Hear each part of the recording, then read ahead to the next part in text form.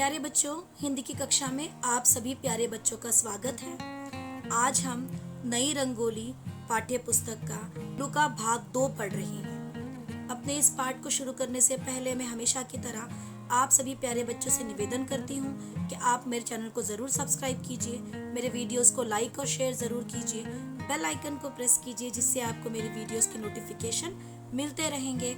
आप सभी का बहुत बहुत धन्यवाद अपने प्रेम और सहयोग के लिए। आइए हम पाठ 2 नीलू का भाग 2 शुरू करते हैं। किसी विशेष परिचित को आया हुआ देखकर वह धीरे धीरे भीतर आकर मेरे कमरे के दरवाजे पर खड़ा हो जाता था। उसका इस प्रकार आना ही मेरे लिए किसी मित्र की उपस्थिति की सूचना थी। मुझसे आ रही हूँ सुनने के उपरांत वह पुनः बाहर अपने निश्चित स्थान पर जा बैठता था। कुत्ते भाषा नहीं जानते, केवल ध्वनि पहचानते हैं। नीलू का ध्वनि ज्ञान इतना विस्तृत और गहरा था कि उससे कुछ कहना भाषा जानने वाले मनुष्य से बात करने के समान हो जाता था। बाहर या रास्ते में घूमते हुए यदि कोई उससे कह देता, गुरुजी तुम्हें ढूंढ रही थी नीलू, तो वह विद्युत गति से चार दीवारी कूदकर मेरे कमरे के सामने आकर खड़ा हो जाता। फिर कोई काम नहीं है, जाओ कहने से पहले वह मूर्तिवत एक स्थिति में ही खड़ा रहता। कभी कभी मैं किसी कार्य में व्यस्त होने के कारण उसकी उपस्थिति जान ही नहीं पाती और उसे बहुत समय तक बिना हिले डुले खड़ा रहना पड़ता था। हिंसक और क्रोधी भूटिये बाप और आखेट प्रिय अल्सेशियन माँ से जन्म पाकर भी उसमें हिंसा प्रवृत्ति का कोई चिन्ह नहीं था। 13 वर्ष के जीवन में भी उसे किसी पशु पक्षी पर झपटते या मारते नहीं देखा गया। उसका यह स्वभाव मेरे लिए ही नहीं, सब देखने वालों के लिए आश्चर्य की घटना थी। प्यारे बच्चों, पाठ के इस भाग में नीलू के विषय में बहुत अच्छी जानकारी दी है कि लेखिका कहती है कि किसी अगर उनकी जान पहचान का कोई व्यक्ति उनसे मिलने आता तो नीलू जो है उनके कमरे में आकर धीरे से खड़ा हो जाता। यानी ये सूचना थी कि उनसे मिलने के लिए कोई आया है। और जब तक लेखिका यह नहीं कहती कि आ रही हूँ, तब तक नीलू वहीं खड़ा होता। जब लेखिका कहती कि आ रही हूँ, उसके उपरांत ही वह अपनी जगह पर जाकर बैठ जाता था। वैसे तो कुत्ते जो हैं वो भाषा का ज्ञान नहीं रखते, केवल वह ध्वनि पहचानते, कोई आवाज को समझते हैं, पहचानते हैं। नीलू का जो है ध्वनि ज्ञान इतना गहरा था, इतना ज्यादा था कि कुछ कहना भाषा जानने वाले मनुष्य की बात करने के समान, यानी जो भाषा जानने वाले मनुष्य हैं उनके समान ही उसका भाषा ज्ञान भी था। बच्चों, बाहर या रास्ते में घूमते हुए यदि उसे कोई कहता कि गुरुजी यानी लेखिका आपको ढूंढ रही है नीलू, तो यह सुनते ही वो विद्युत गति से यानी इतनी तेजी से चार दीवारी से कूदकर वह लेखिका के सामने आकर खड़ा हो जाता। जब तक कि लेखिका ये ना कहे कि कोई काम नहीं है, वह वहां से नहीं जाता, मूर्ति की तरह वही खड़ा रहता। कभी कभी लेखिका जो है अपने काम में इतनी व्यस्त हो जाती कि वो उसे देख नहीं पाती और नीलू जो है बिना हिले डुले वही काफी देर तक, बहुत समय तक खड़ा रह जाता। लेखिका कहती है कि हिंसक था, उसका जो पिता था वो भूटिये प्रजाति का था बच्चों, और उनमें हिंसा और क्रोध करने की प्रवृत्ति होती है। अल्सेशियन माँ से उसने जन्म लिया था जो आखेट प्रिय थी। भूटिये प्रजाति के कुत्तों में जो है वो हिंसा और क्रोध की प्रवृत्ति पाई जाती है।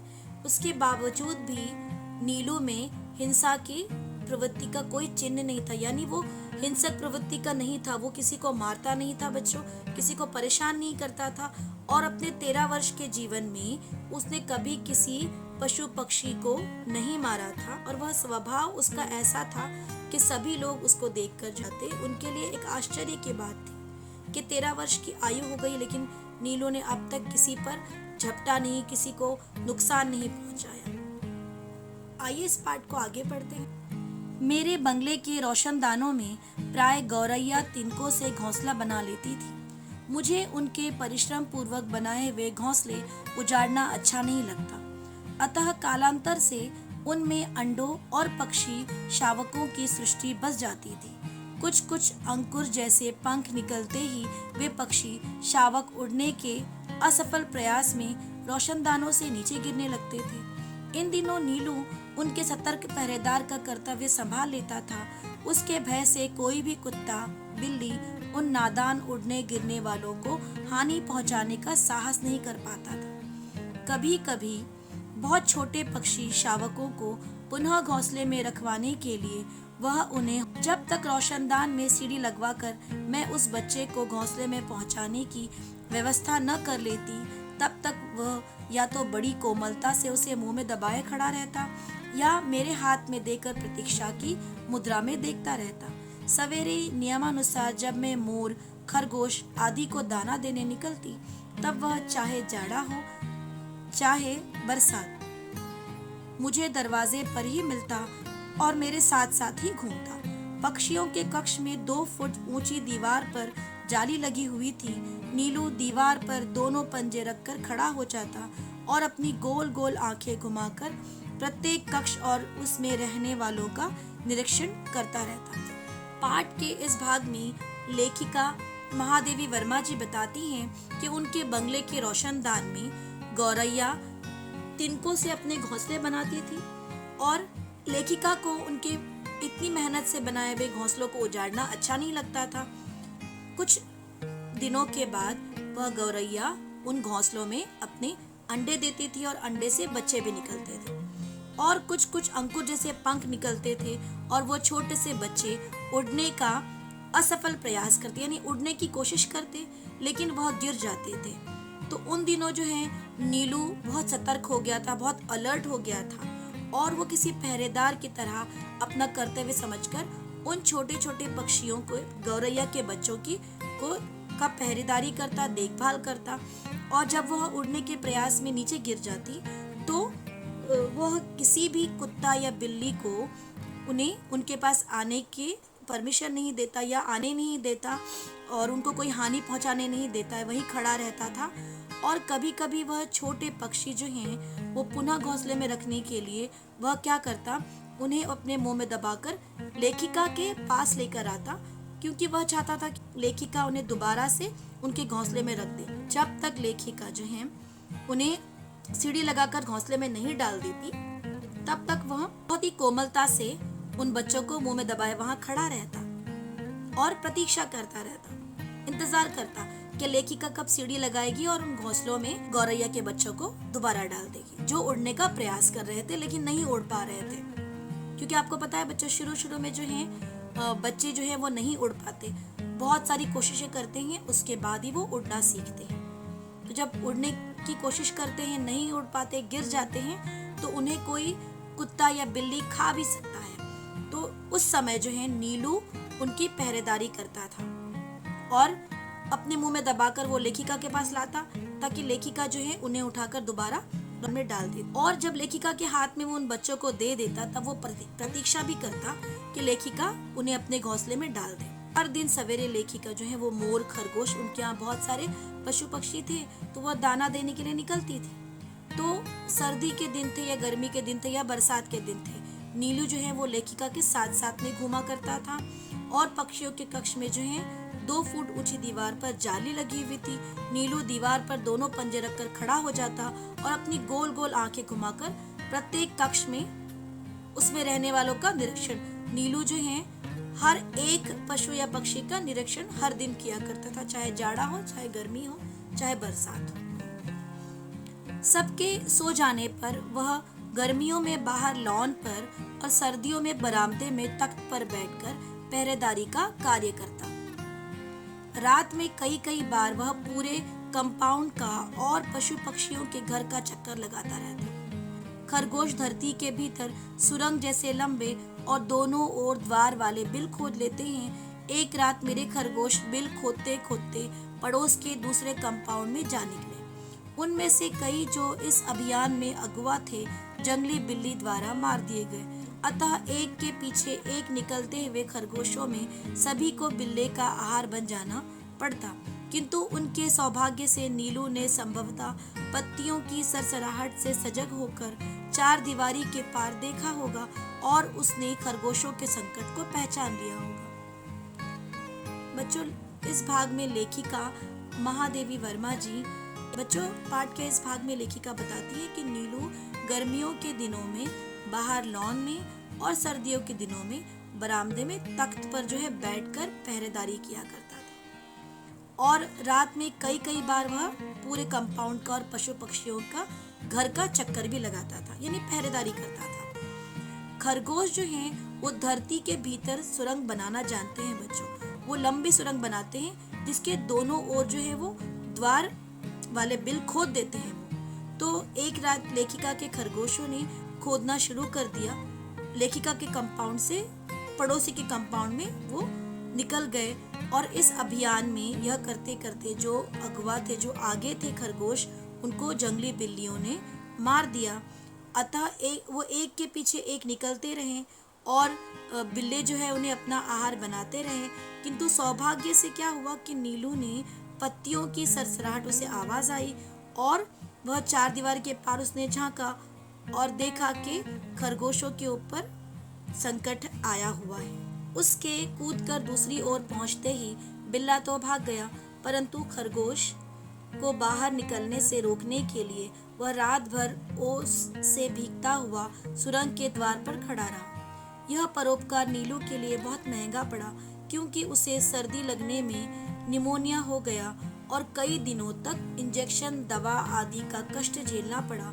वैसे वह शांत भाव से कड़वी दवा भी पी लेता था और सुई भी लगवा लेता था।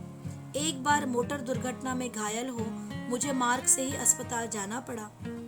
तब संध्या तक मेरी प्रतीक्षा करके और कपड़े, चादर, कंबल आदि सामान अस्पताल ले जाने वालों की हड़बड़ी देखकर उसे न जाने कैसे सब पता चल गया। सब उसकी उदासी देखकर हैरान थे। जब 3 दिन तक उसने न कुछ खाया न पिया, तब डॉक्टर से अनुमति लेकर उसे अस्पताल लाया गया। मुझे अच्छी तरह चारों ओर घूमकर देखने के बाद वह मेरे सामने ही जमीन पर बैठ गया। तब से हर दूसरे दिन अस्पताल न ले जाने पर वह अनशन आरंभ कर देता। इसीलिए अस्पताल में भी वह नियमित रूप से मिलने आने वालों में गिना जाने लगा तथा डॉक्टर, नर्स सभी से परिचित हो गया। नीलू को 14 वर्ष का जीवन मिला था और जन्म से मृत्यु के क्षण तक वह मेरे पास ही रहा। मेरे पास अनेक जीव जंतु हैं, परंतु जिसके बुरा मान जाने की मुझे चिंता हो, ऐसा अब कोई नहीं रहा। जो पाठ के इस अंतिम भाग में नीलू ने जो खरगोशों को बचाया था, उनके ऊपर जो परोपकार किया था जंगली बिल्लियों से बचाकर, उसके बाद उसे निमोनिया हो गया और कई दिन तक उसे इंजेक्शन और कड़वी दवाई लेनी पड़ी। लेकिन नीलू जो है वो एक शांत स्वभाव का था, इसीलिए वह दवा भी पी लेता था और इंजेक्शन भी लगा लेता था। कि एक बार लेखिका का मोटर एक्सीडेंट हो गया था और मार्ग से ही, रास्ते से ही लेखिका को अस्पताल ले जाना पड़ा। और जब घर के दूसरे लोग कपड़े, चादर, कंबल वगैरह लपेट कर अस्पताल लेके जा रहे थे, तो कहीं ना कहीं नीलू को यह बात समझ में आ गई कि कुछ तो बात हुई है। वो उदास बैठ गया। उसकी उदासी देख के सभी हैरान थे और अगले 3 दिन नीलू ने कुछ खाया नहीं। डॉक्टर से अनुमति ली गई, परमिशन ली गई और नीलू को अस्पताल लाया गया और लेखिका को अच्छी तरह घूमकर देखने के बाद वो उन्हीं के सामने जमीन पर बैठ गया। तब से हर दूसरे दिन अस्पताल न ले जाने पर वह अनशन आरंभ कर देता है, यानी खाना बिल्कुल नहीं खाता था, खाना छोड़ देता था जब तक उसे अस्पताल नहीं ले जाया जाता। उसके बाद उसे नियमित रूप से फिर हर रोज, हर दिन उसे अस्पताल ले जाने लगे और डॉक्टर, नर्स सभी से उसका परिचय हो गया था। सभी उसे जानते थे अब कि लेखिका महादेवी वर्मा जी का कुत्ता है नीलू और हर दिन उनके पास आता है। तो नीलू की जो ये आयु बच्चों 14 वर्ष की थी, उसे 14 वर्ष का जीवन मिला और मृत्यु के क्षण तक लेखिका के पास ही रहा। लेखिका कहती हैं कि मेरे पास बहुत सारे जीव जंतु थे, परंतु जिसके बुरा मान जाने की मुझे चिंता हो, ऐसा कोई भी नहीं रहा। यानी केवल उन्हें नीलू की ही चिंता थी और सबसे ज्यादा प्रेम उन्हें नीलू से ही था। तो यह पाठ यहीं समाप्त होता है। इसके 2 भाग मैंने डाले हैं बच्चों, भाग 1 और भाग 2।